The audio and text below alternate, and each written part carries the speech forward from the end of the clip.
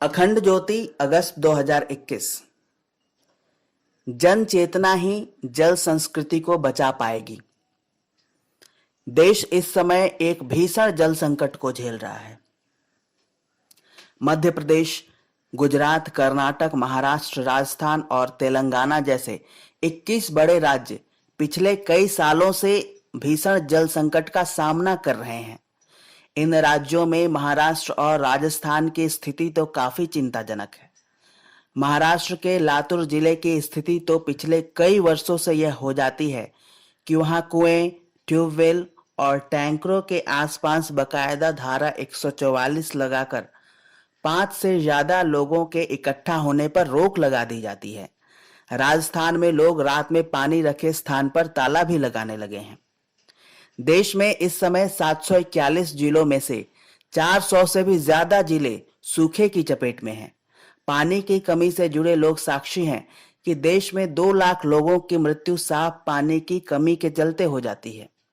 ये स्थितियां बताती हैं कि जल का प्राकृतिक चक्र टूट गया है और अब उससे आम जीवन भी प्रभावित होने लगा है। इस चक्र के बिगड़ने से धरती की गर्माहट भी लगातार बढ़ रही है। यह इसी का दुष्परिणाम है कि हिमालय पर भी ग्लेशियरों के पिघलने की खबरें तेजी से आ रही हैं। इस समय जल संकट भीषण है और इससे उबरने के लिए एक गंभीर प्रयास जरूरी है।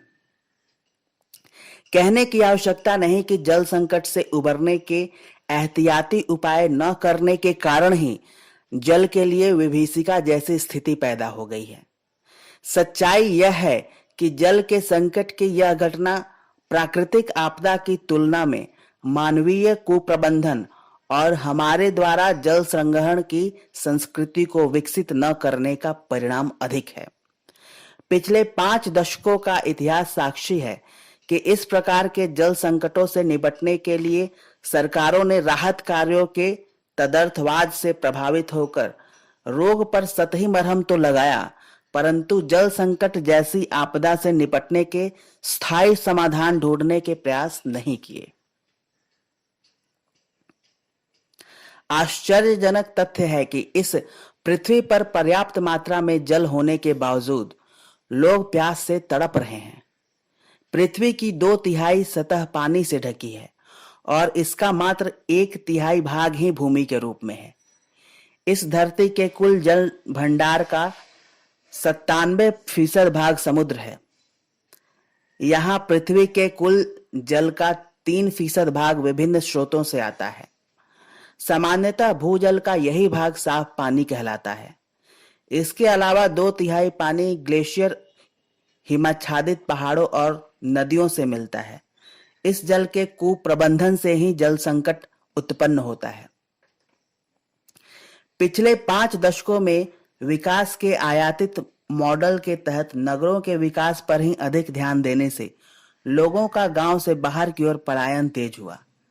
पलायन की इस तीव्रता ने गांवों की अर्थव्यवस्था को ही चौपट नहीं किया, बल्कि इससे ग्रामीण संस्कृति भी बुरी तरह से प्रभावित हुई है।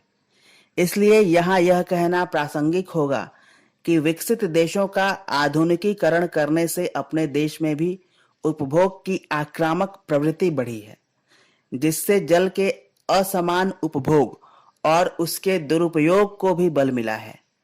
इस बाहरी संस्कृति के आक्रामक उपभोग ने तो गांव की जल संस्कृति को भी अपने चपेट में ले लिया है।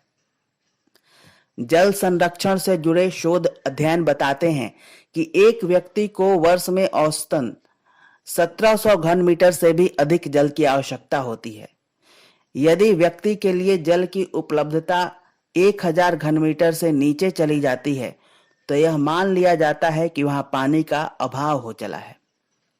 पानी के उपभोग का यही गणित जब 500 घन मीटर से भी नीचे चला जाता है तो उस क्षेत्र में जल अकाल जैसे लक्षण पैदा होने लगते हैं। पिछले दिनों राजस्थान, गुजरात, आंध्र प्रदेश, उड़ीसा एवं उत्तर प्रदेश में जब सूखे जैसी स्थिति उत्पन्न हुई थी तो वहां प्रति व्यक्ति जल की उपलब्धता 400 घन मीटर से भी नीचे चली गई।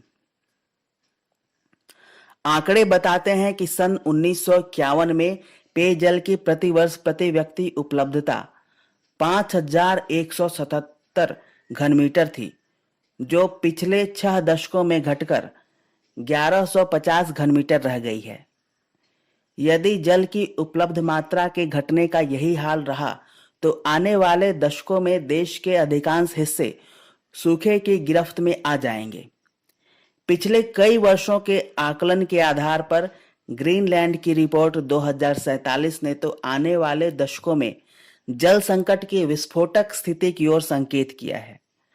इस जल संकट का एक आश्चर्यजनक पहलू यह भी है कि भारत में प्रति व्यक्ति जल की उपलब्धता 1200 घनमीटर के आसपास होने के बावजूद यहां जल संकट जैसी त्रासदी से गुजरना पड़ रहा है। जिन प्रदेशों में आज जल का संकट है, वहां जल के निरंतर दोहन से आज जलस्तर 500 फुट से लेकर 1500 फुट नीचे तक चला गया है। निश्चित ही यह हमारे पिछले 5-6 दशकों में भूजल के मनमाने दोहन का ही नतीजा रहा है। 70 के दशक के बाद ट्यूबवेल लगाने की खुली छूट, 5 सितारा होटलों एवं विस्तारित कॉलोनियों का निर्माण तथा महानगरों व नगरों के फैलाव इत्यादि से भूजल का बहुत अधिक दोहन हुआ है। 4 दशक पश्चात उसी का नतीजा आज गंभीर जल संकट के रूप में हमारे सामने है। इसके अतिरिक्त गहराते जल संकट के लिए वनों की कटाई भी कम उत्तरदायी नहीं है। देश की आजादी के बाद जब जब देश में सूखा पड़ा है, तब तब उससे करोड़ों लोग प्रभावित हुए हैं। साथ ही उससे देश की अर्थव्यवस्था भी प्रभावित हुई है। सरकारों द्वारा पेयजल आपूर्ति हेतु राष्ट्रीय स्तर पर जल नीति बनाकर अरबों खरबों रुपए की योजना बनाई गई, परंतु पेयजल संकट आज भी हमारे सामने मुंह बाए खड़ा है। इस जल संकट से छुटकारे के लिए आखिर हमें जल संग्रहण की अपनी स्वदेशी परंपरागत संस्कृति और उसके मितव्ययी उपयोग की ओर ही लौट आना होगा। गौरतलब है कि वर्ष के कुल 8760 घंटों में से मात्र 100 घंटे ही बरसात होती है।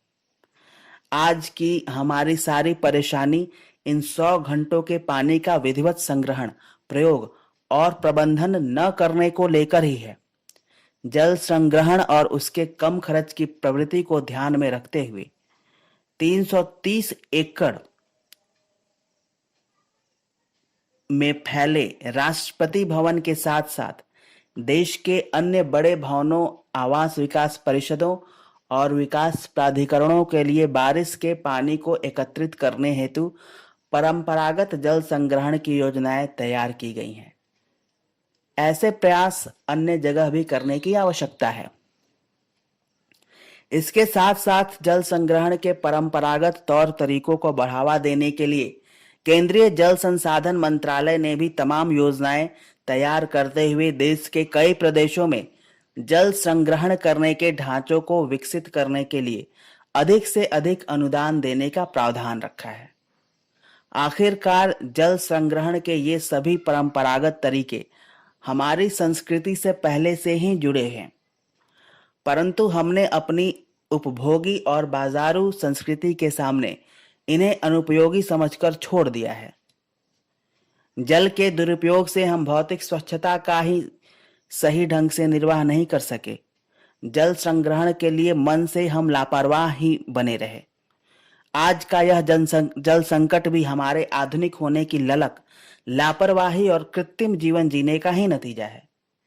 अब यह जल और अधिक उपेक्षा सहने की स्थिति में नहीं है। नदियों की कलकल बंद होने से नदी संस्कृति टूट गई है।